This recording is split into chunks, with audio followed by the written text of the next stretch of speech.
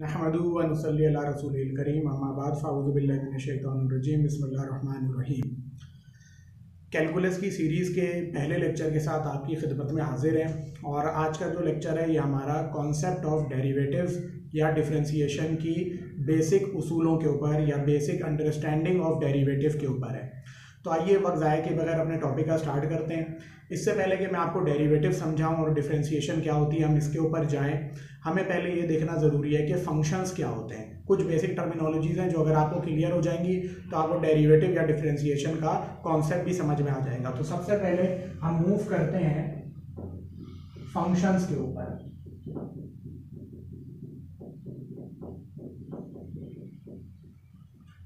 देखिए, दुनिया में ऐसी बहुत सारी चीज़ें पाई जाती हैं जो चीज़ें अपनी वैल्यूज़ को तब्दील कर रही होती हैं, और मैथमेटिक्स में भी उन चीज़ों को जो अपनी वैल्यूज़ को तब्दील करते हैं उनको कहा जाता है वेरिएबल्स। तो फंक्शन बेसिकली एक डिपेंडेंसी या कह लीजिए एक रिलेशन बयान करता है एक वेरिएबल का दूसरे वेरिएबल के ऊपर। क्या आपके पास अगर दो वेरिएबल्स हैं या दो से ज़्यादा वेरिएबल्स हैं तो उनका आपस में किस तरह का ताल्लुक है। मैं उसके लिए आपके सामने एक एग्जाम्पल रखता हूं और वो एग्जाम्पल ये है कि फर्ज कर लीजिए y बराबर है 2x के।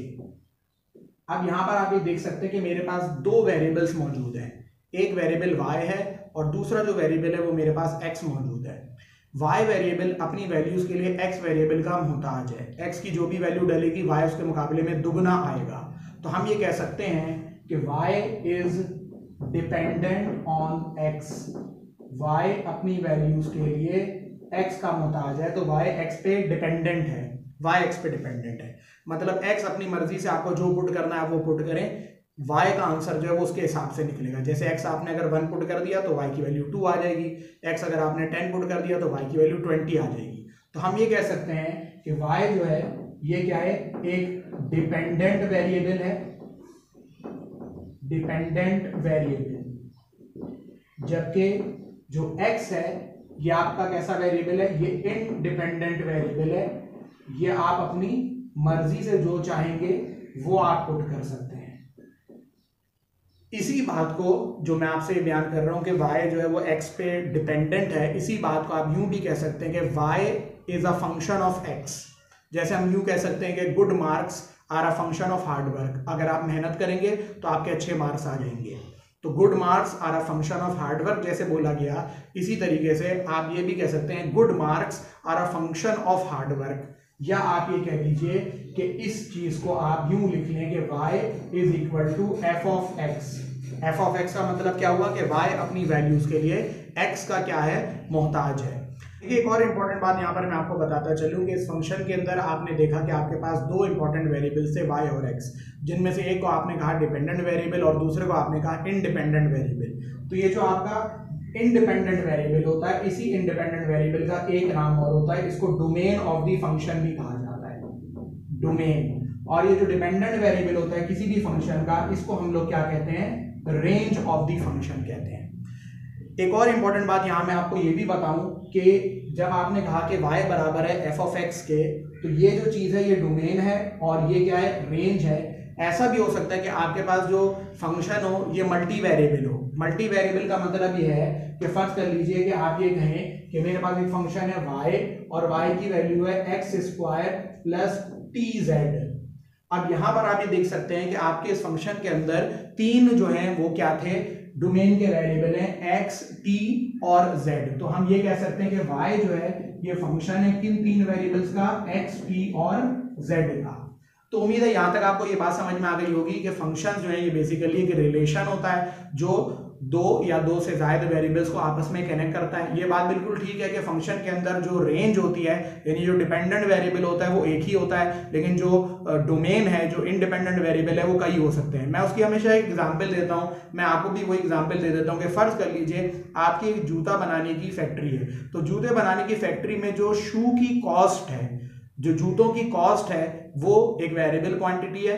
पाकिस्तान में तो खैर वो बढ़ती ही है, घटती नहीं है, लेकिन बहरहाल वेरिएबल तो है।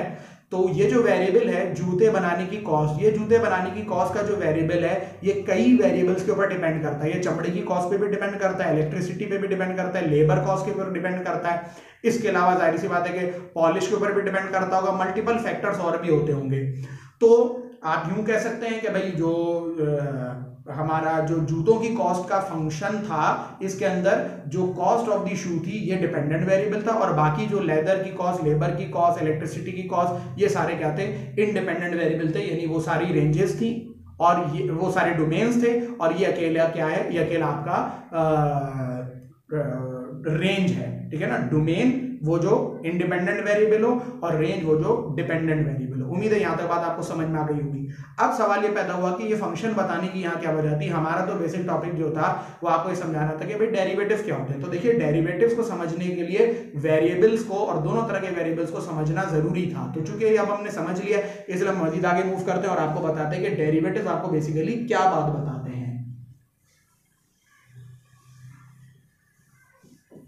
आपके सामने भी मैंने थोड़ी देर पहले एक एग्जांपल ली और उस एग्जांपल के अंदर मैंने आपके सामने शू की कॉस्ट की बात करी। तो फर्ज कर लेते हैं अपने तरफ से शू की कॉस्ट का सी जो है वो फर्ज कर लीजिए शू की कॉस्ट है, या वाई ले लेते हैं, चले ये वाई जो है ये फर्ज कर लीजिए 2x प्लस टी और प्लस 4z है।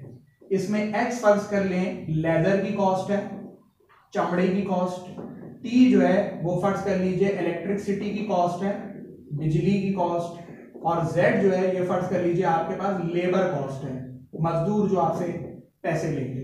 y जो है ये आपकी क्या है, क्या नाम है, प्राइस ऑफ शू है, जिस पर आप अपने जूते को क्या करेंगे, फर्ज करें बेचेंगे। तो अब अगर फर्ज कर लीजिए किसी भी वजह से अगर आप खुद एक क्या नाम है बिजनेसमैन है, तो मैं आपसे बोलूं कि भाई इलेक्ट्रिसिटी की कॉस्ट अगले महीने से 2 गुना हो रही है, डबल हो रही है, तो जाहिर सी बात है कि आप कहेंगे कि अच्छा इलेक्ट्रिसिटी कॉस्ट अगर डबल हो रही है तो फिर मुझे ये भी निकालना पड़ेगा कि मुझे अपनी कॉस्ट ऑफ दी या प्राइस ऑफ दी शू है उसमें कितना चेंज लाना पड़ेगा। जाहिर बात है आप बढ़ाएंगे, अगर इलेक्ट्रिसिटी कॉस्ट डबल हो रही है तो आप जूते की कीमत को बढ़ाएंगे। तो अगर आप ये चेक करना चाहते हैं, क्या चेक करना चाहते हैं कि जूते की कॉस्ट के अंदर कितना फर्क आया, किसके हिसाब से, इलेक्ट्रिसिटी की कॉस्ट में चेंजेस के हिसाब से, यानी आप चाहते हैं चेंज निकालना in y with respect to the change in electricity cost, और आपने इलेक्ट्रिसिटी की कॉस्ट को यहां पर क्या बोला हुआ है, t बोला हुआ है। तो डेल्टा इज चेंज और y जाहिर सी बात है कि प्राइस ऑफ शू है, और डेल्टा t क्या चीज है, वो भी चेंज है, लेकिन t क्या चीज है, इलेक्ट्रिसिटी है। अब अगर आप एक कामयाब बिजनेसमैन बनना चाहते हैं तो जाहिर सी बात है कि आप क्या करेंगे, आप कहेंगे भाई मुझे जरा सा भी का फर्क पता होना चाहिए। आपको एक ऐसा पैरामीटर चाहिए होगा जो कि बहुत ज्यादा सेंसिटिव हो। सेंसिटिव से मुराद है कि आप ये चाहेंगे कि ऐसी चीज मालूम करें कि जरा सा फर्क आने से टी में यानी इलेक्ट्रिसिटी कॉस्ट में जरा सा फर्क आने से मेरी जो कॉस्ट ऑफ द इशू है उसमें कितना फर्क आता है। तो फिर आप यहां पर एक काम करेंगे, मैथमेटिक्स में आपने एक चीज पढ़ी जिसको कहा जाता है लिमिट। लिमिट लगा देंगे डेल्टा टी टेंड्स टू 0, क्योंकि आप बहुत छोटे चेंज निकालना चाह रहे हैं। डेल्टा टी टेंड्स टू 0 का मतलब है इलेक्ट्रिसिटी की कॉस्ट में आने वाला फर्क तकरीबन 0 है। तो फिर इस तहत आप क्या करेंगे, delta Y upon delta T को कैलकुलेट करने की कोशिश करेंगे, और इस तरह आपके पास जो अब ये डिफरेंस है ना, पहले ये difference in Y divided by difference in T था, अब इसको डिफरेंस के बजाय आप डिफरेंशियल कहने लगेंगे, यानी डिफरेंस का छोटा बच्चा। तो अब आप इस चीज को बजाय इस तरह लिखने के, इसको आप लिखेंगे dy बाई dt, यानी बेसिकली ये क्या है, या इसको और अच्छी तरीके से अगर आप लिखना चाहते हैं तो आप इसको यूं भी लिख सकते हैं, और कुछ लोग इसको कैपिटल D और खाली बराबर में y लिख देते हैं। मतलब क्या, मतलब कि आप ये कह रहे हैं कि y यानी कि प्राइस ऑफ शू में कितना फर्क आ रहा है t के तहत। t क्या चीज थी, मैंने आपको बताया इलेक्ट्रिसिटी की कॉस्ट थी। तो इसको इस तरह भी लिख सकते हैं कि derivative of y with respect to t, t is what, electricity cost. तो इससे ये होगा कि इससे जो भी वैल्यू निकलेगी वो आपको ये बता देगी कि आपको जो है वो जूते की कॉस्ट में कितना चेंज लाना पड़ेगा, किसके हिसाब से, कि आपके इलेक्ट्रिसिटी कॉस्ट में कितना चेंज आता है। अब देखें यहां पर जब आप ये कैलकुलेट करेंगे डेरिवेटिव, तो ये डेरिवेटिव चूंकि नॉर्मल एक डेरिवेटिव है, तो इस डेरिवेटिव के अंदर प्रॉब्लम ये आएगी कि आपके पास और भी तो वेरिएबल है ना, वेरिएबल आपके पास x और z भी है। तो होगा ये कि जब इसका आपका आंसर निकलेगा तो उसके अंदर x और z भी आ रहा होगा। प्योरली आपको जो है वो टी के तहत आने वाला चेंज पता नहीं चलेगा। तो अब आपने कहा कि यार मुझे तो सिर्फ टी के तहत बताओ कि कितना चेंज आ रहा है, क्योंकि अगले महीने में इलेक्ट्रिसिटी की कॉस्ट डबल हो रही है, लेदर और लेबर की कॉस्ट डबल नहीं हो रही। तो फिर ऐसी सूरत हाल में बजाय डेरिवेटिव लेने के हम एक चीज और लेते हैं जिसको कहा जाता है पार्शियल डेरिवेटिव, और उसको हम लोग शो करते हैं डी के बजाय डावा से। तो ये जो मैंने डी घुमाकर बनाया है ये बेसिकली पार्शियल डेरिवेटिव है। इसका क्या फायदा है, ये आपको y यानी कॉस्ट ऑफ शू में आने वाला फर्क बताएगा, सिर्फ और सिर्फ किसके तहत, इलेक्ट्रिसिटी के तहत। क्योंकि ये जो पार्शियल डेरिवेटिव यानी डावा है ये टी के अलावा, टी के तहत चूंकि लिया जा रहा है तो टी के अलावा जो दो वेरिएबल और हैं x और z, ये इनको क्या मानेगा, टोटल कांस्टेंट मानते हुए इनको उड़ा देगा। तो आपके पास प्योरली, अगर आप प्योरली y में आने वाली तब्दीली सिर्फ t के तहत देखना चाहते हैं, then you have to take the partial derivative. तो उम्मीद है ये कॉन्सेप्ट आपको समझ में आया होगा कि डेरिवेटिव बेसिकली एक डिपेंडेंट वेरिएबल में आने वाली चेंज को बताता है with respect to independent variable. और अगर आप और भी इंडिपेंडेंट वेरिएबल कहीं भी हो सकते हैं, जैसे इस एग्जांपल के अंदर है तो आपने dy by dt निकाला, आप dy by dz भी निकाल सकते हैं, आप dy by dx भी इसमें कैलकुलेट कर सकते हैं। तो उम्मीद है यहां तक आपको बात समझ में आई होगी। तो एक डेरिवेटिव का एक बेसिक कॉन्सेप्ट आपको समझ में आ गया। अब मैं डेरिवेटिव को एक और तरीके से आपके सामने रखने जा रहा हूं, और वो है ज्योमेट्रिकल इंटरप्रिटेशन ऑफ डेरिवेटिव। तो आइए हम मूव करते हैं ज्योमेट्रिकल इंटरप्रिटेशन ऑफ डेरिवेटिव, जिससे आपका कॉन्सेप्ट और बहुत ज्यादा क्लियर हो जाएगा और आपके पास डेरिवेटिव का अलिफ बे जीम यानी बिल्कुल इब्तदाई फॉर्मूला भी आ जाएगा। तो आइए मूव करते हैं ज्योमेट्रिकल इंटरप्रिटेशन ऑफ डेरिवेटिव के ऊपर। ज्योमेट्रिकल इंटरप्रिटेशन ऑफ डेरिवेटिव को समझने के लिए मैं आपके सामने एक फंक्शन, फर्जी फंक्शन बना रहा हूं, y is a function of x का ग्राफ प्लॉट कर रहा हूं, और फिर हम इस बात को समझेंगे कि डेरिवेटिव ज्योमेट्रिकली हमें क्या चीज देता है। देखिए फर्स्ट कर लीजिए, ये मेरे पास x एक्सिस चल रहा है और ये मेरे पास क्या चल रहा है, y एक्सिस चल रहा है, और मैंने यहाँ पर क्या किया, आपके सामने एक फंक्शन बना दिया, ठीक है ना, एक फंक्शन का ग्राफ बना दिया है। इस फंक्शन के ग्राफ के ऊपर मैं अब आपके सामने 2 पॉइंट्स ले रहा हूं। कितने पॉइंट्स ले रहा हूं, 2 पॉइंट्स ले रहा हूं, और इन 2 पॉइंट्स की वैल्यू, जाहिर सी बात है ये 2 पॉइंट्स मैंने ले लिए, और आपको पता है कि पॉइंट जो है वो किस तरह से डिटरमिन होता है, चूंकि 2D का पॉइंट है तो उसमें x की वैल्यू होगी और एक y की वैल्यू होगी। तो मैं वो 2 वैल्यूज यहां पर लिख रहा हूं, तो मैंने लिखी x और y, ठीक हो गया। और फिर मुझे याद आया कि y तो फंक्शन ऑफ x है, पीछे हमने पढ़ लिया कि y is a function of x के तौर से आप इसको ले सकते हैं। तो मैंने कहा y के बजाय यहां पर f ऑफ x लिख देता हूं, एक ही बात है।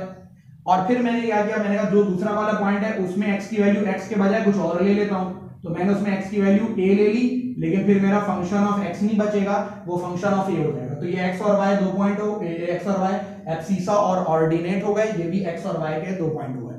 अब देखिए आपने स्ट्रेट लाइन के चैप्टर के अंदर या स्ट्रेट लाइन के अंदर आप लोगों ने पढ़ा होगा स्लोप निकालने का फॉर्मूला, और स्लोप का फॉर्मूला बहुत ही आसान सा होता है। स्लोप जब आप लोग निकालते हैं तो आप क्या करते हैं, स्लोप निकालने के लिए आप basically y2 minus y1 over x2 minus x1 करते हैं, या आप ये कह लेंगे स्लोप निकालने के लिए आप delta y upon delta x कर देते हैं, y2 minus y1 over x2 minus x1। अब मुझे आपसे एक सवाल पूछना है कि हाँ मेरे पास यहाँ पर 2 पॉइंट्स मौजूद हैं, तो आपका जवाब होगा बिल्कुल आपके पास 2 पॉइंट्स मौजूद हैं। तो इन 2 पॉइंट्स को अगर मैं आपस में कनेक्ट कर दूं, ये 2 पॉइंट्स को मैं आपस में कनेक्ट कर देता हूं, तो जाहिर सी बात है कि मेरे पास एक कॉर्ड आ गई। कॉर्ड एक ऐसी लाइन को बोला जाता है जो कि आपके कर्व पे के 2 पॉइंट्स को आपस में मिलाती है, कर्व को लेकिन इंटरसेक्ट कर देती है।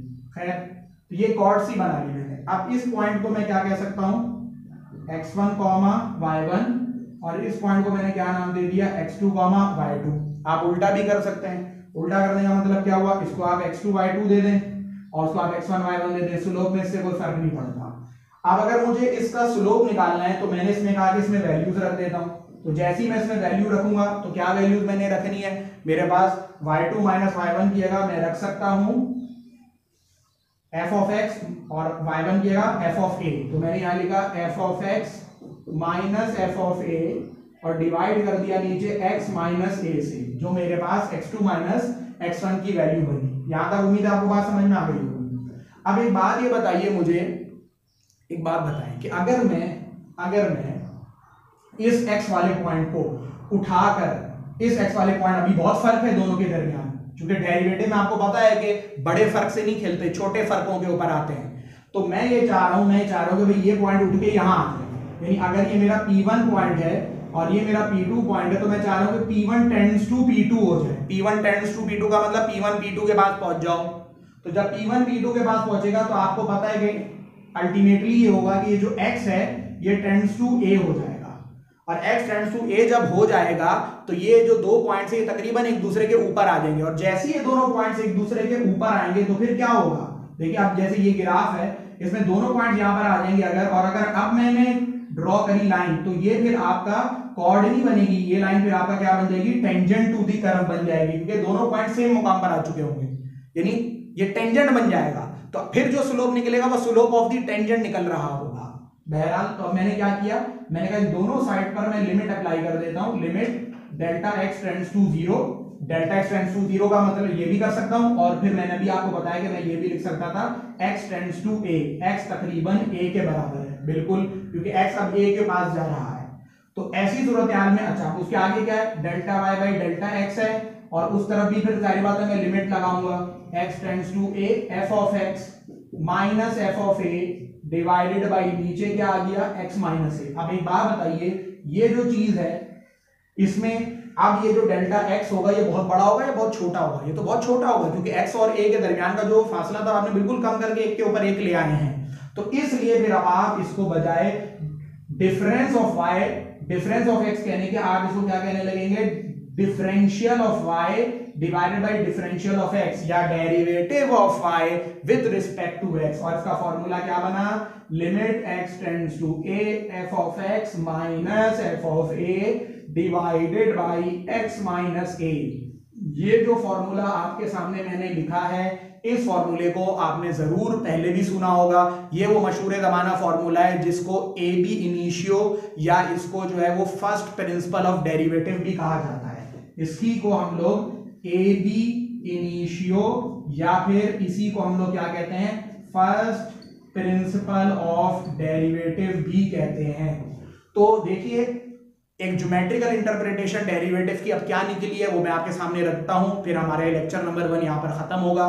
ज्योमेट्रिकल इंटरप्रिटेशन डेरिवेटिव की ये निकल कर आई कि डेरिवेटिव दर हकीकत टेंजेंट का स्लोप होता है, क्योंकि पहले वो क्या थी, कॉर्ड थी, लेकिन जब उन दो पॉइंट्स को बहुत करीब कर दिया गया तो वो टेंजेंट बन गया। तो डेरिवेटिव दर हकीकत टेंजेंट का स्लोप होता है। तो ये ज्योमेट्रिकली हमारे पास डेरिवेटिव की डेफिनेशन है। इसीलिए आप लोगों ने देखा होगा, अगर आपने पहले कभी डेरिवेटिव के सवाल सॉल्व किए हैं, कि आपको सवाल दिया जाता था कि find the slope of the tangent to this curve, एक कर्व दे दिया गया, बोला इसका स्लोप ऑफ टेंजेंट निकालो, तो आप स्लोप ऑफ टेंजेंट निकालने के लिए dy बाई dx निकाल रहे होते थे। तो क्यों निकालते थे, इसलिए निकालते थे कि वो बेसिकली स्लोप ही होता है। तो डेरिवेटिव स्लोप ही होता है, टेंजेंट का स्लोप होता है, और उसके में ये होता है कि वो जो दो पॉइंट स्लोप में हमारे पास होते हैं वो दोनों एक दूसरे के बहुत ज्यादा करीब होते हैं। तो उम्मीद है ये लेक्चर नंबर 1 आपको पसंद आया होगा। इस वीडियो को लाइक जरूर करिएगा, चैनल को सब्सक्राइब करिए और आगे इसको शेयर भी करिए। इंशाअल्लाह ताला लेक्चर नंबर 2 में आपके सामने डेरिवेटिव के फर्स्ट प्रिंसिपल के सवालों के साथ हाजिर होंगे। तब तक के लिए अस्सलाम वालेकुम व रहमतुल्लाहि व बरकातहू।